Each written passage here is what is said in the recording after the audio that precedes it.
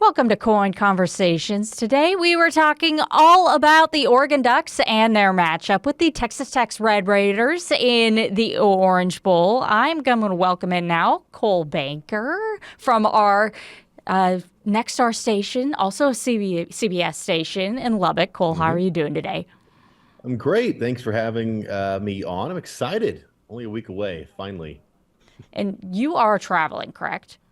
I am. Yes, I'm Okay. very excited. I've never been to Miami. Well, Neither have I. So we will meet in Miami. First of all, just how has the layoff for this team been over the past few weeks? Because Oregon went through this last year. yeah, as you know, it drags a little bit. I mean, it's going to be, by the time it's all said and done, it'll be 25 days from when they played their Big 12 championship game in the Capital One Orange Bowl. So plenty of time off. They took a week off after that championship game. They've been back in practice over the past week or so. So they're doing what they can to stay loose and not, lose focus for, however long, it ends up being. But yeah, it is kind of moving a little bit slower, and this is something that Texas Tech fans are not used to. So we're not used to the long wait as Oregon fans are, but we're getting there. Has the team discussed at all like what they are doing to kind of make sure that they aren't rusty in this game? Because Oregon had that happen last year, and it obviously did not go so well for them. hmm Well, that's the fear, right? You had four first-round bye teams all lose right away last season, so that's something that Joey McGuire, the Texas Tech head coach, has talked about a little bit. They gave themselves a week off, and since then they've been we've heard them talk about shorter, faster practices. I'm not totally sure what that means, but they are doing things to keep themselves engaged. It's also a little tougher when you don't really know who you're playing until 2 weeks before. That's why they had that break in between. We had a pretty strong feeling it would be Oregon. Obviously, it is. So beginning on Monday, they really dove into looking at the Ducks, a team that, these teams played 2 years ago. Obviously, a lot has changed on both sides since then. But a lot of game prep, a lot of quick positional things. And it almost feels like the start of training camp or fall camp, whatever you want to call it, just because you have so much time off to prepare for one opponent. So they're doing what they can to keep themselves going here. Yeah, that is so funny because I feel like it was eons ago that these two teams played. I mean, hmm that is two quarterbacks ago for Oregon. I can't even Yeah. imagine how many quarterbacks ago it was for Texas Tech, even with, we'll get into this, but there's been some rotation in that position this year due to injuries for you guys. So, yeah, I mean, it feels like night and day for really both of these programs and where they're at right now. So, speaking of that, a lot of people know a lot of people know about the story of Texas Tech and how they got to this place this season, but I imagine a lot of Oregon fans probably don't. So take me through what happened in the portal this offseason for this team that helped put them into this position. Well, a lot happened, and a lot of money was spent in that process. So Texas Tech really addressed every need that they had and more. And if you follow Texas Tech at all last season, they had the worst defense, at least defending the pass in the country. And it was really hard to watch at times. And it was unfortunate because they could move the ball pretty well. They just couldn't get a stop. And they addressed that and more through the transfer portal. They brought in David Bailey from Stanford, the best pass rusher in the country, leads all of Power Four defenders in sacks. You bring in Cole Wisniewski, won a national championship with North Dakota State at the FCS level. And then you built upon what they had. A guy like Jacob Rodriguez, he was a transfer, but 4 years ago. He's been here for a long time. And the reason they've been able to do it has gotten some people who are on the opposite side of the NIL spectrum, that say it's ruining college football and all that. But that's how they've been doing it because they have some of the deepest pockets in college football right now. Cody Campbell is the very outspoken public face of the Texas Tech NIL fund, a billionaire, big oil guy. And they're very much leaning into this new era of college football that allows for programs like Texas Tech, who has historically not been very good, to compete with the Oregons, the Ohio States, the Alabamas of the world. And when you have the money that other teams do, you're going to build rosters that are up to par with, some of those top teams that I just mentioned. And that's what they've done.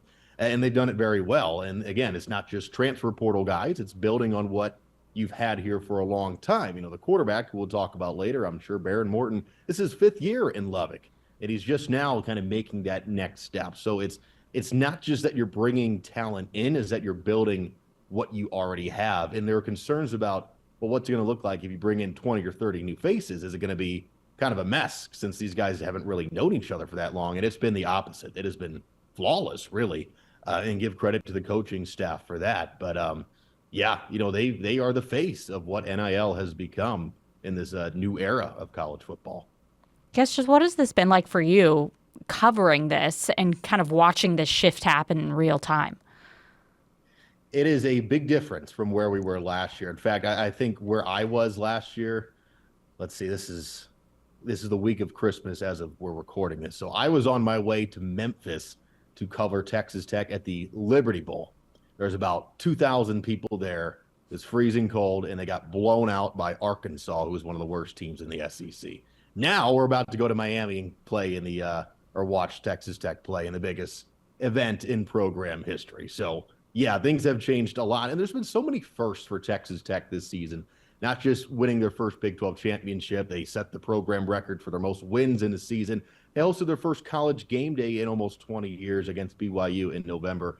It's just, I'm not a Texas Tech fan. I wasn't raised here, but you can feel what it would be like if you were a fan just by, you know, it's just such an engaging season for them. They're doing things that have never been done before here. And it's you know, captivating to watch. It's very fun to be a part of. They have a head coach that really embraces the fan base. It's very personable. They have a roster, guys like Jacob Rodriguez, that are so likable and have gotten national attention. So it's very easy to, you know, to root for a team like that. It's been very exciting. You touched on it a little bit, but just what has it been like for this fan base to see this kind of success? Because it hasn't really happened at Texas Tech before. No.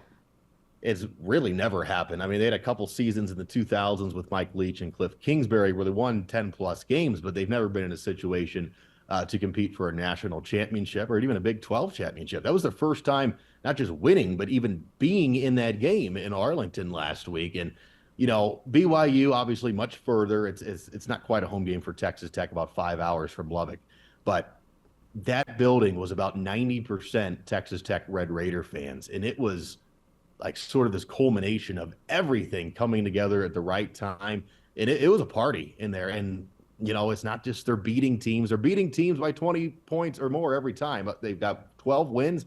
All 12 have been by 20 or more. So not just winning, but they're dominating too. It's really impressive to watch. And, you know, as a fan, just seeing it all come together, finally, it's got to feel pretty good for Red Raider fans. Obviously, NIL's been around for a little bit.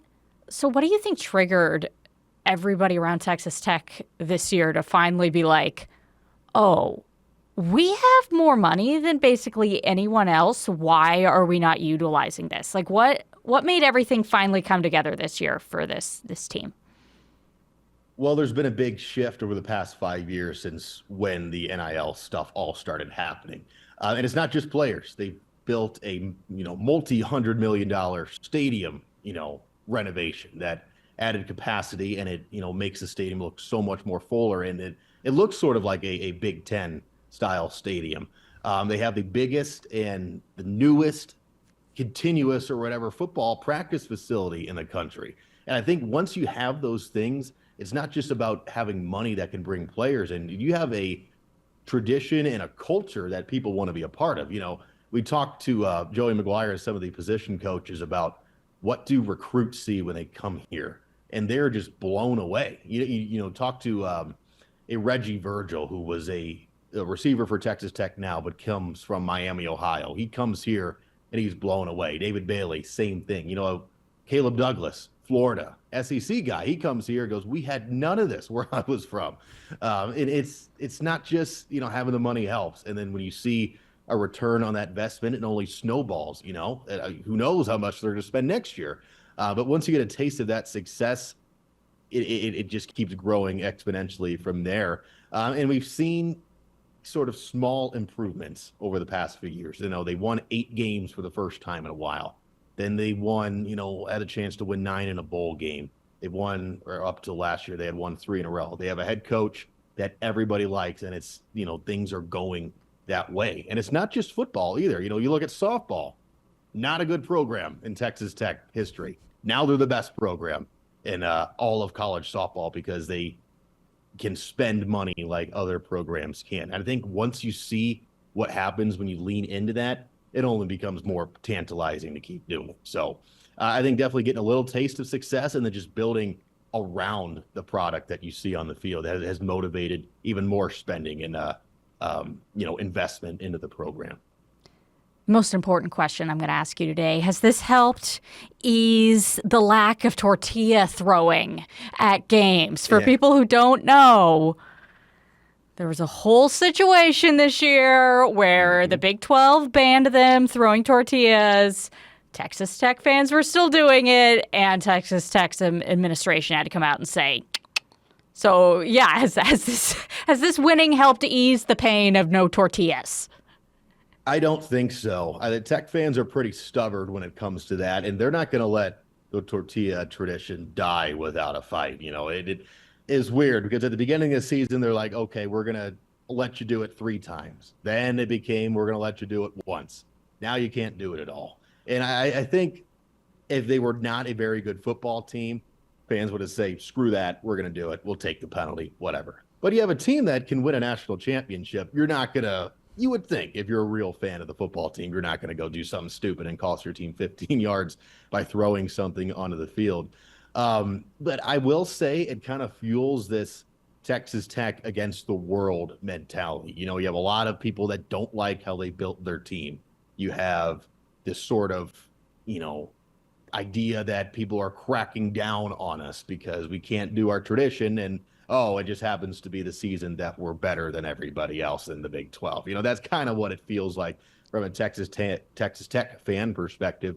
But it's generated a lot of buzz, I will say that. And it's fun to see people united in one thing, whether that's because they like something or they don't.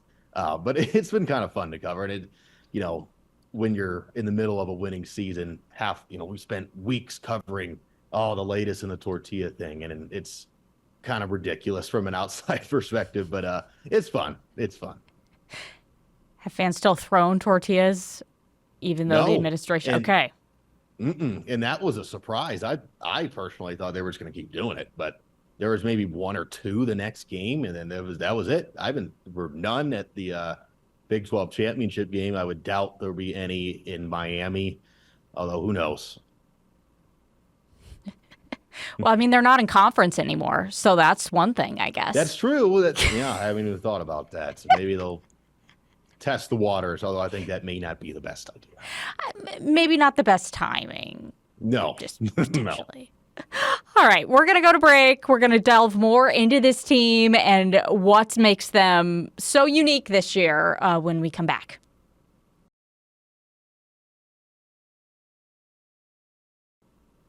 Welcome back to KOIN Conversations. I'm joined by Cole Banker, who covers the Texas Tech Red Raiders. We are delving into this Texas Tech team today, who will face off against Oregon in the Orange Bowl on New Year's Day. This segment all about this Texas Tech team and getting to know them a little bit more. So you spoke a little bit in the last segment about the transfer portal and how it influenced this team. Easily the position group that was the most influenced by the transfer portal was the defensive line. So much talk about them this year. What makes this defensive line unique? Well, for one, you can call Texas Tech top heavy, but they're not really. They have stars that are just way better than anybody else on the field. When David Bailey and Jacob Rodriguez walk out there, they are the 2 best players on the field, but they're not it. They have such a deep defense, especially in that front 7, where if you put 2 linemen on David Bailey, you're leaving somebody with a one-on-one matchup, and that's usually not going to end well. They have such a deep team. It hurt when they lost Skylar Gill-Howard, one of their top defensive tackles. But then Lee Hunter comes along, a UCF transfer, another portal guy who has played exceptionally well this season. A.J. Holmes has stepped in as well. He's been more of that replacement for Gill-Howard. And then you have one of the better linebacker trios in the country. They call them the mustache crew. John Curry, Jacob Rodriguez, and Ben Roberts. They all have stashes going, and they're very, a likable trio of guys, and they wreak havoc. I mean, they don't just tackle, they create turnovers. And really what makes them hard to run against is that, who you're going to block. You can't block all of them. And if you leave somebody open, they're going to make you pay. They're such a deep team, and they're such a close-knit team, too. And they are coached extremely well. Shea Wood, the defensive coordinator, turned Houston's defense from one of the worst into one of the best, has done the same thing with Texas Tech in his first year. He just got an extension. I'm not sure how long he's going to be in Lubbock. He's a guy that is going to get a lot of head coaching buzz going forward. He's a great motivator, and the team just plays so well together. You mentioned Jacob Rodriguez.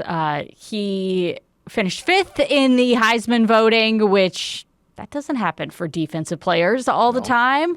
I guess unless you're Travis Hunter, which is also a player that doesn't happen all the time. Anyways, so what makes Jacob Rodriguez so dominant?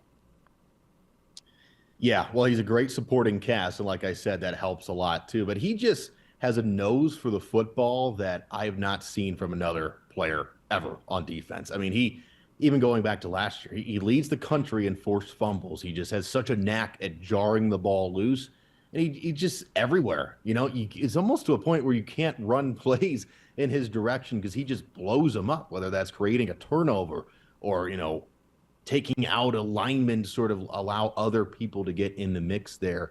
He's just a very well-rounded player, very experienced. This is his 5th year in college football. He started his career as a quarterback, oddly enough, and then came to Texas Tech, made the transition to defense, and that turned out to be one of the best decisions of his life. And what makes him so, fun to root for is he's a great guy, too. Very personable, very straightforward. He has a great story, not just with the transfer portal stuff and changing positions, but his wife is a military pilot, flies a helicopter. They, national networks or whatever have, run that story to death because of just how fun it is. It's very easy to root for a guy like that.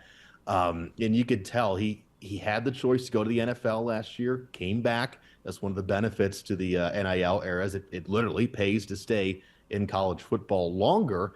And that was a great decision because Texas Tech would not be 12-1 right now probably without him. And that's why he was such a, high-profile guy in the Heisman conversation. He finished 5th. A lot of Tech fans would tell you that he should have won it. Obviously, it's a little bit biased there, but he is the best defensive player in college football. And as you said, it's tough to get a guy like that into the conversation. He wasn't just there. He was, on the edge of being in New York for that ceremony. So he just does everything so well. And he's just a matchup nightmare for offenses. What should scare Oregon the most about this Texas Tech defense? Well, there's the fact that they are the best defense in the country. And the reason for that is, like I said, there's so many guys that can create problems, but their pass rush it's good to the point where they rarely blitz. They bring 3 or 4 guys and they'll get home. And they don't have the most, blue chip secondary, but that secondary normally has 6, 7, or 8 guys back there that will make it almost impossible to pick apart from a quarterback standpoint, right? And Oregon's one of the better passing teams in the country, one of the best big play teams in the country. I'm not sure how that's going to work against a Tech defense that will get pressure on you no matter who's on your offensive line. They played against Utah, one of the best offensive lines in the country. BYU, great offensive line. They made, that game just totally just awful for Devin Dampier and Bear Bachmeier twice. So it's not going to be pretty for an Oregon offense. And not saying they can't win the game. They absolutely can. But it's not going to be, a situation that you've, seen with Oregon where they can just create big play after big play because it's just not really something you can do sustainably against Texas Tech. It's not something that anybody's done this year against the Red Raider defense. So that'll be interesting to watch is how do they adapt to that. Now, at the same time, Texas Tech has not faced an offense like Oregon, so we'll see how that transfers over to the best competition they'll face all season long. So that matchup, that offense against Tech's defense, that's going to be, really entertaining to see how it plays out. Is there any weaknesses for this Texas Tech defense this year? I think if there is a weakness, it's that they haven't been tested in ways that you would hope they would going into a college football playoff. They've only beaten two ranked teams, Utah and BYU, both teams that are not like Oregon in their ability to stretch the field. Dante Moore is a quarterback that the Red Raiders have not faced anyone really close to him. He's going to be a a top 10 pick in the NFL draft, and for good reason. Could be the first quarterback off the board. Red Raiders haven't faced someone like that. So we'll see how they adjust. And that secondary, as I mentioned, hasn't necessarily been tested that much either. They haven't really had to be because of what their front seven has done to, take that burden off their back, so to speak. But it will be interesting to see what that secondary does against one of the better. And Oregon's got playmakers everywhere, right? Their wide receiver group is one of the best in the country. That's something new. There's a lot of firsts for Texas Tech going up against a very talented team. So will that defense transfer? I think it will. But how well will it hold against some of those playmakers of Oregon would be one of my few concerns about Texas Tech's defense. Everybody talks about this defense, but Texas Tech is one of only two teams in the country that has both a top 10 defense and a top 10 offense. So what do they do well offensively? They run the ball, which is interesting to say that for a Texas Tech team, because when you think Texas Tech football, you don't think about running the football. But they lost Taj Brooks, the program leader in rushing last year, to the NFL draft. That was one of the concerns is, well, who's going to step up? He's getting 300 carries a year almost. That's, not really replaceable. Then you lose Quentin Joyner, their RB1 in training camp out of USC, a transfer. He didn't play a snap this season with a season-ending injury. Then Cam Dickey steps up, a sophomore, played a little bit last year, but he is just such a violent runner for Texas Tech behind a very good offensive line. That was a big problem the last 2 years, and a big reason why the quarterback, situation was so shaky is because they couldn't protect him. Now they're protecting him, and they're opening up huge run lanes for their running back group that's led by Cam Dickey. They have Jacoby Williams, more that passing back, does a lot of special team stuff as well. But Dickey is the bruiser in this backfield. Leads the Big 12 with 14 rushing touchdowns, and he is extremely hard to tackle. I mean, he is very much that old school bowling ball type running back that is just will wear you out on defense. And because they can run the ball, then you can throw the ball. And they have two great downfield threats in Caleb Douglas and Reggie Virgil at wide receiver on opposite ends on the outside that can stretch the field. They have Terrence Carter Jr., a transfer from Elon that has come in and made a big difference for them. And they just have weapons everywhere, and it starts with running the football. Excuse me. We talked about the quarterback earlier in this conversation. Baron Morton is playing through a hairline fracture in his fibula right now. He said after the Big 12 championship game that he was probably at about 70% health-wise. Do we have any update on how he's feeling heading into this contest? Yeah, well, that's the benefit of getting 25 days off in between games. We talked with Joey McGuire on Monday of the week before this Orange Bowl that this is the best he's felt since training camp. I mean, you get a month off, and that will do wonders for you. And we mentioned Baron Morton not taking a ton of sacks, but he's still, grinding through these games. And he's a guy that has a very long injury history. It's been mostly upper body for him. Last 2 years, he's had shoulder problems in his throwing arm that, cost him a bowl game and, most of an offseason program that had set him back for the next year. Now you're looking at lower body stuff, and that's kind of limited his ability to run a little bit, which may be a blessing in disguise just because most of his injuries have come on quarterback scrambles. He had a hit to the head against Utah that sidelined him for the second half of that ball game, ended up being okay there. Then he, has a non-contact, weird-looking injury against Kansas. That's on a quarterback scramble. That cost him that Arizona State game, which is Tech's only loss on the season. So the problem has been keeping him healthy for most of his career. He has done that in the second half of this season. And when Baron Morton has been healthy, Texas Tech wins games, not just this season, but the better part of the last two. So he's a gamer. I mean, he's tough as nails, and he's played through worse than what he's dealing with right now. But you mentioned 70% healthy about the Big 12 championship game. I'd imagine he's close to 100%. No one's 100% at this time, but, he's about as close as you can be for a 14th football game of the season. Absolutely. This team has continued to play well offensively despite all the issues at quarterback. And I would have, because it's not just him, by the way. The backup tore his ACL. Mm-hmm. I'm correct on that, right? Yeah. Woohoo. Welcome to football. So just how has this running back group really helped this team continue to be so productive? Because really they have probably had to step in and take the majority of this load. Yeah, they have. And it helps that Texas Tech has 12 wins this season. All of them have been by 20 points or more. So a lot of the time you're seeing, the second string, third string guys get in for the second half. The Barrett Morton, the quarterback, has not had to play a full 60 minutes more than probably 6 or 7 times this season because they've just been killing everybody, and that will certainly help. And the running backs are a big part of that. They are just very explosive players. We mentioned Cam Dickey a lot there. Jacoby Williams, one of the better special teams players in the country, had a 100-yard kick return against Oklahoma State earlier this season. He is, very shifty, and he's a guy that can get out in the open field and really make you pay if you let him get into some open space. In Tech's defense has a role to play there. When they're not giving up very many points, it makes it easy to kind of just churn the game, knock clock off and have longer drives.